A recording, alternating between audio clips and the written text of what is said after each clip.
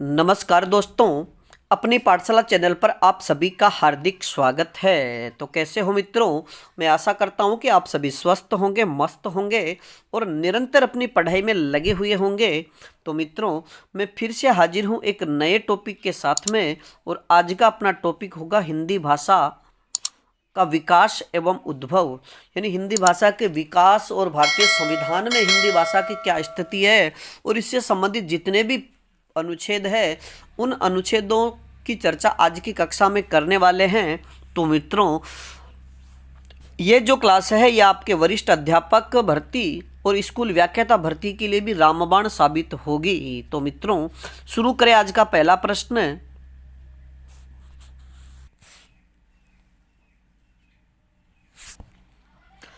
हिंदी भाषा का सही विकास क्रम क्या है?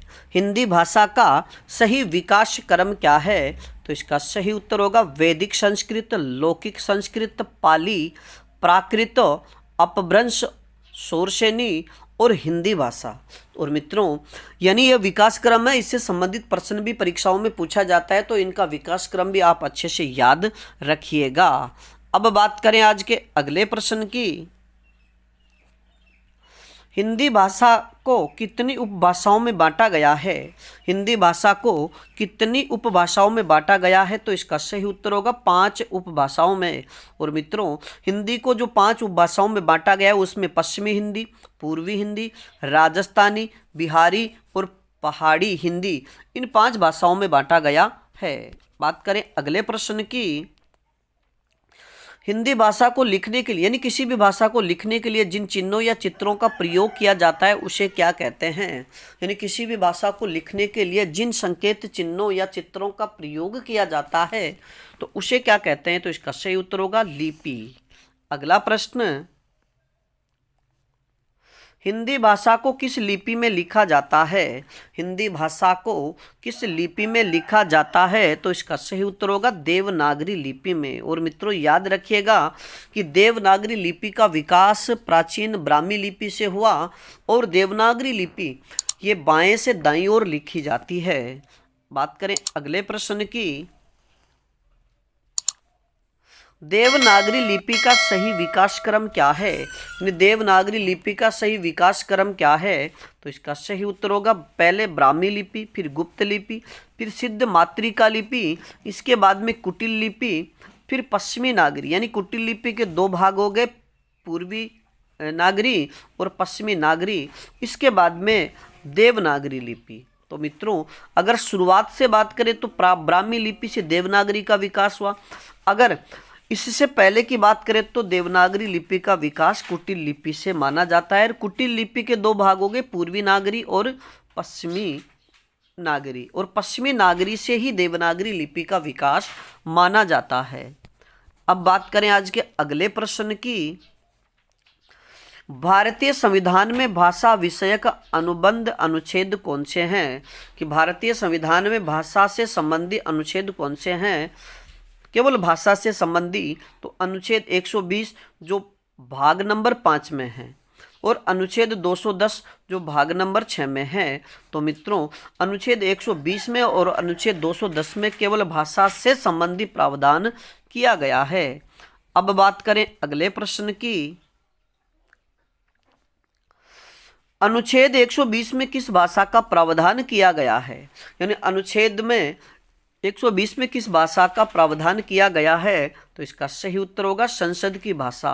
यानी भाग नंबर 5 संविधान के, जो संविधान में जो 22 भाग है उसमें 5वें भाग में, यानी 5वें भाग के अनुच्छेद 120 में केवल भारतीय संसद की भाषा का प्रावधान है। अब बात करें आज के अगले प्रश्न की। अनुच्छेद 210 में किस भाषा का उल्लेख है? तो इसका सही उत्तर होगा विधान मंडलों की भाषा का। यानी विधान मंडलों की भाषा से संबंधी अनुच्छेद 210 है। अगला प्रश्न, भारतीय संविधान के किस अनुच्छेद में राजभाषा विषयक अनुबंध किया गया है? यानी भारतीय संविधान के किस अनुच्छेद में राजभाषा विषयक अनुबंध किया गया है? तो इसका सही उत्तर होगा भाग 17 के अनुच्छेद 343 से लेकर के 351 तक। अगला प्रश्न, भारतीय संविधान की कौन सी अनुसूची में भाषाओं का प्रावधान है? यानी भारतीय संविधान की कौन सी अनुसूची में भाषाओं का प्रावधान है? तो इसका सही उत्तर होगा 8वीं अनुसूची में। और मित्रों याद रखिएगा कि भारतीय संविधान की 8वीं अनुसूची में 22 भाषाओं का उल्लेख है। अगला प्रश्न, 8वीं अनुसूची में प्रारंभ में कितनी भाषाएं थी? यानी संविधान की जो 8वीं अनुसूची है उसके प्रारंभ में कितनी भाषाएं थी? तो इसका सही उत्तर होगा 14 भाषाएं। और यानी 8वीं अनुसूची में शुरू में भारतीय संविधान में केवल 14 भाषाओं को मान्यता प्राप्त थी, जिसमें हिंदी, संस्कृत, उर्दू, असमिया, बांग्ला, गुजराती, कन्नड़, कश्मीरी, मलयालम, मराठी, उड़िया, पंजाबी, तमिल और तेलुगु भाषा। तो मित्रों यहाँ से भी आपसे प्रश्न पूछा जा सकता है कि 8वीं अनुसूची में प्रारंभ में कितनी भाषाएं थी? 14 भाषाएं। और फिर एक प्रश्न ऐसे बन सकता है कि निम्न में से कौन सी भाषा संविधान की 8वीं अनुसूची के प्रारंभ में नहीं थी? आप इनका क्रम अच्छे से याद रखिएगा। अब बात करें अगले प्रश्न की। भारतीय संविधान में 15वीं भाषा के रूप में कौन सी भाषा को जोड़ा गया? यानी बहुत ही महत्वपूर्ण प्रश्न है कि भारतीय संविधान में 15वीं भाषा के रूप में कौन सी भाषा को जोड़ा गया था? तो इसका सही उत्तर होगा सिंधी भाषा को। मित्रों आपसे प्रश्न पूछा जा सकता है कि सिंधी भाषा को कौन सी भाषा या सिंधी भाषा को कब जोड़ा गया? तो इसका सही उत्तर होगा 21वां संविधान संशोधन अधिनियम 1967 को। या फिर प्रश्न बनेगा 21वां संविधान संशोधन 1967 के तहत किस भाषा को संविधान की भाषाओं में जोड़ा गया? तो इसका सही उत्तर होगा सिंधी भाषा को। अगला प्रश्न,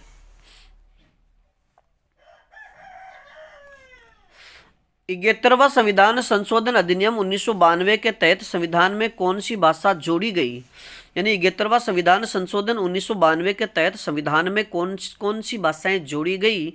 तो इसका सही उत्तर होगा कोंकणी, मणिपुरी और नेपाली। यानी 71वां संविधान संशोधन में भारत के संविधान में केवल 3 भाषाएं जोड़ी गई। 15 भाषा पहले और 14 मूल भाषाएं पहले थी। सिंधी भाषा को जोड़ने पर 15 भाषा हो गई। इसके बाद 3 भाषाएं जोड़ी गई, कोंकणी, मणिपुरी, नेपाली यानी नमक। और ये 3 भाषाएं जोड़ने के बाद में भारतीय संविधान में 18 भाषा हो गई। अब बात करें आज, और मित्रों यहाँ से प्रश्न बन सकता है कि 71वां संविधान संशोधन के तहत कौन कौन सी भाषाएं जोड़ी गई या कौन सी भाषा नहीं जोड़ी गई? तो ये भी आप अच्छे से याद रखिएगा। अब बात करें अगले प्रश्न की। 92वां संविधान संशोधन अधिनियम 2003 के तहत कितनी भाषाओं को संविधान में जोड़ा गया? यानी 92वां जो संविधान संशोधन अधिनियम 2003 के तहत कितनी भाषाओं को संविधान में जोड़ा गया? तो अगर कितनी भाषाओं की बात आता है 4 भाषाएं। 18 भाषा पहले हो गई थी और 4 भाषा जोड़ने के बाद संविधान में अब 22 भाषा हो गई। और ये 4 भाषाएं कौन कौन सी है? डोगरी, संथाली, मैथिली और बोडो। मित्रों इनका भी आप क्रम याद रखिएगा कि 92वां संविधान संशोधन 2003 में जो 4 भाषाएं जोड़ी गई है उनमें कौन सी भाषा नहीं है या कौन कौन सी भाषाएं जोड़ी गई, तो आप इनका क्रम याद रखिएगा। अगला प्रश्न, संविधान के अनुच्छेद यानी संविधान के अनुच्छेद 343 में क्या प्रावधान किया गया है? संविधान के अनुच्छेद 343 में क्या प्रावधान किया गया है? तो इसका सही उत्तर होगा संघ की राजभाषा हिंदी होगी। यानी संविधान के अनुच्छेद 343 में प्रावधान किया गया है कि संघ की राजभाषा हिंदी होगी। और मित्रों अब बात करें अगले प्रश्न की। अनुच्छेद 344 में क्या प्रावधान है? यानी अनुच्छेद 344 में क्या प्रावधान है?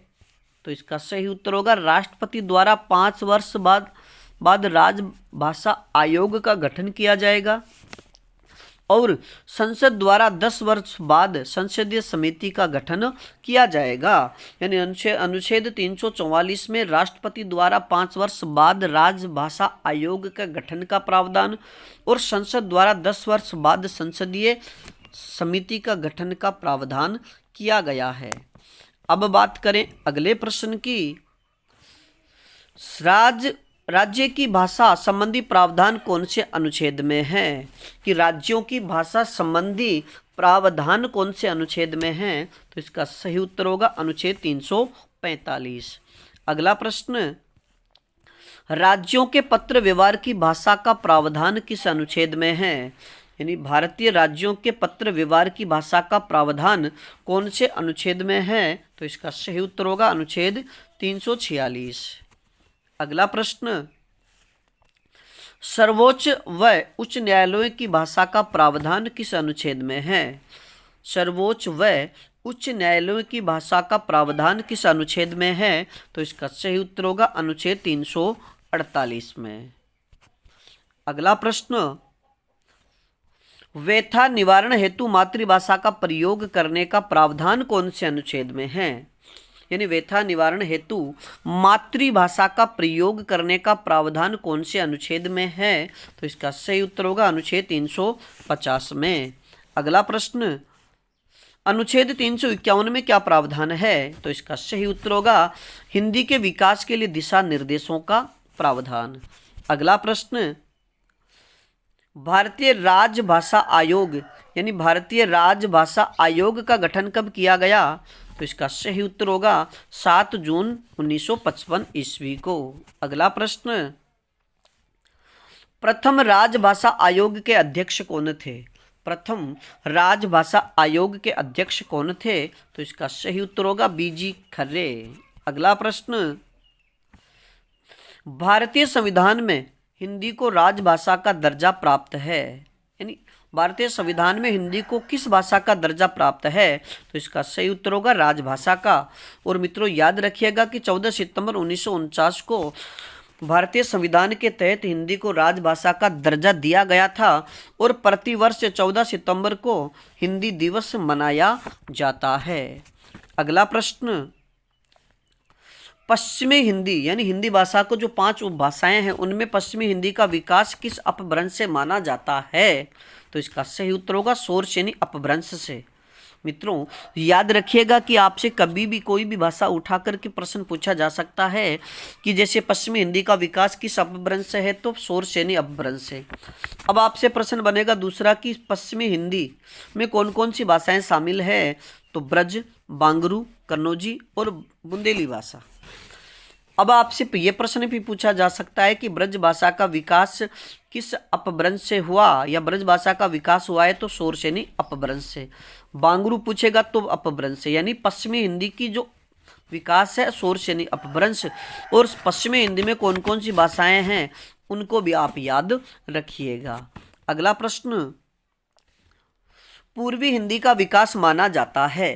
पूर्वी हिंदी का विकास किस अपभ्रंश से माना जाता है? तो सही उत्तर होगा अर्धमागधी अपभ्रंश से। और मित्रों पूर्वी हिंदी में कौन कौन सी भाषाएं शामिल है? तो अवधी, बघेली और छत्तीसगढ़ी। और ये प्रश्न तो बार बार परीक्षाओं में पूछा जाता है कि निम्न में से कौन सी बोली पूर्वी हिंदी में शामिल नहीं है? तो 3 तो ये रहेगी, 1 अलग रहेगी। बात करें आज के अगले प्रश्न की, बिहारी हिंदी का विकास किससे माना जाता है? बिहारी हिंदी का विकास किससे माना जाता है? तो इसका सही उत्तर होगा मागधी अपभ्रंश से। और मित्रों याद रखिएगा कि बिहारी हिंदी में कौन कौन सी बोलियां शामिल है? तो भोजपुरी, मैथिली और मगही।